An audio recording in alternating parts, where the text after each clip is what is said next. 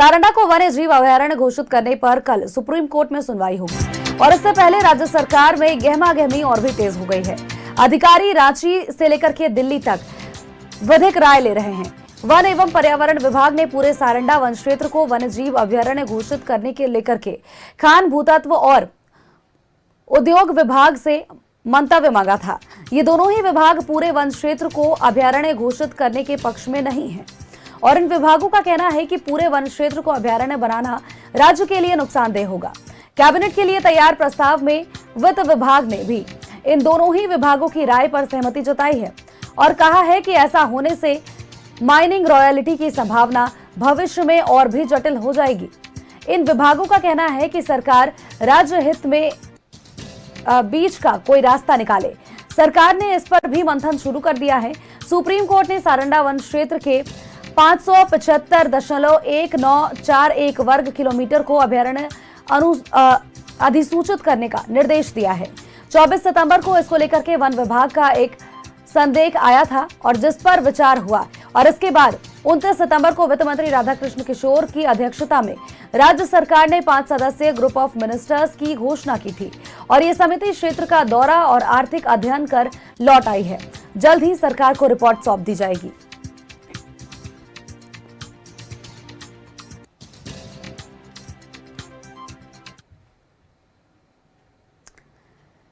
और इसी खबर पर अधिक अपडेट्स के साथ हमारी सहयोगी पूजा हमारे साथ बनी हुई है। पूजा का रुख कर लेते हैं।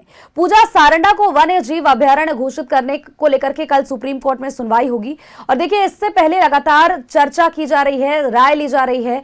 वन एवं पर्यावरण विभाग ने साफ तौर पर यह कह दिया है कि पूरे सारंडा को पूरे वन्य जीव अभयारण्य घोषित करना इसे नहीं चाहिए क्योंकि ये कहीं ना कहीं भविष्य में जाकर के नुकसानदेह होगा।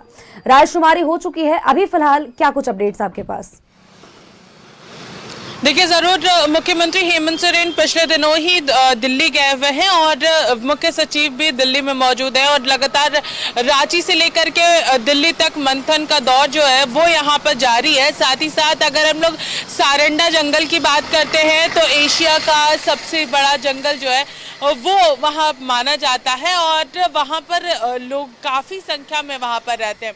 साथ ही साथ इससे कहीं पे भी दो राय नहीं है कि झारखंड जो है वो खनिज संपदा से पूरी तरीके से यहाँ पर भरा पूरा है और रेवेन्यू कहीं ना कहीं झारखंड का इसी खनन से जुड़ा हुआ है।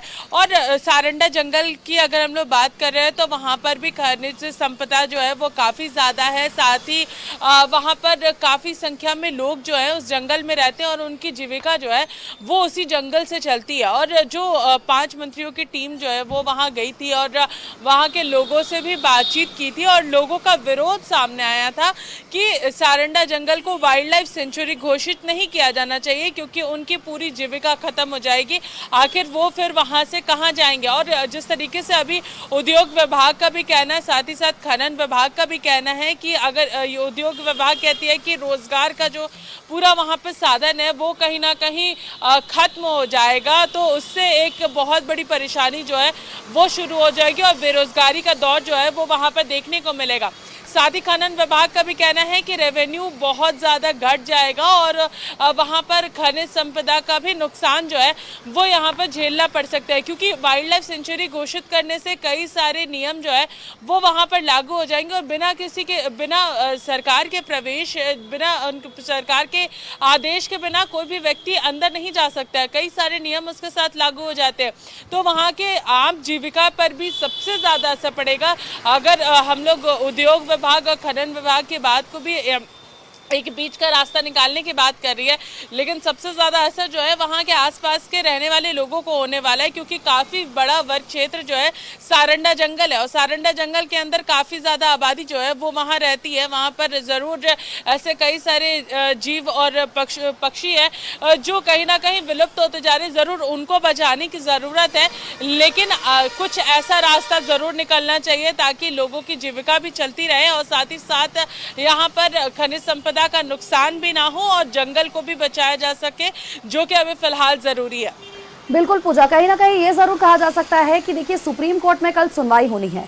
ऐसे में इसी को लेकर के ग्रुप ऑफ मिनिस्टर्स का गठन किया गया। हालांकि ग्रुप ऑफ मिनिस्टर्स का ये कहना है कि जितने भी लोग वहां हैं उनकी सभी की बातों का, सभी की भावनाओं का कदर किया जाएगा और कोई हल जरूर निकाला जाएगा, लेकिन उतना समय सरकार के पास नहीं है। और ऐसे में ग्रुप ऑफ मिनिस्टर्स जो रिपोर्ट लेकर के आई है वो जल्द ही सरकार को सौंप दिया जाएगा।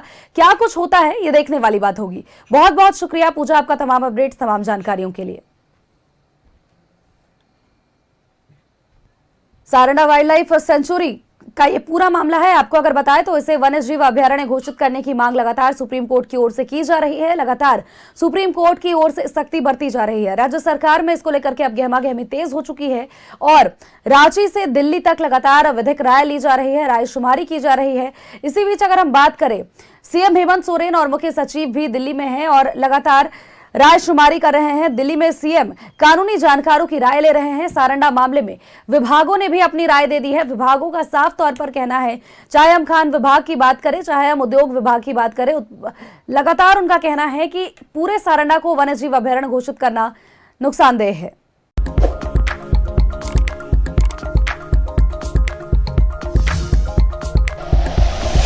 Like and share videos, subscribe करें हमारा चैनल और प्रेस करें बेल आइकॉन। न्यूज़ 11 भारत, सच है तो दिखेगा।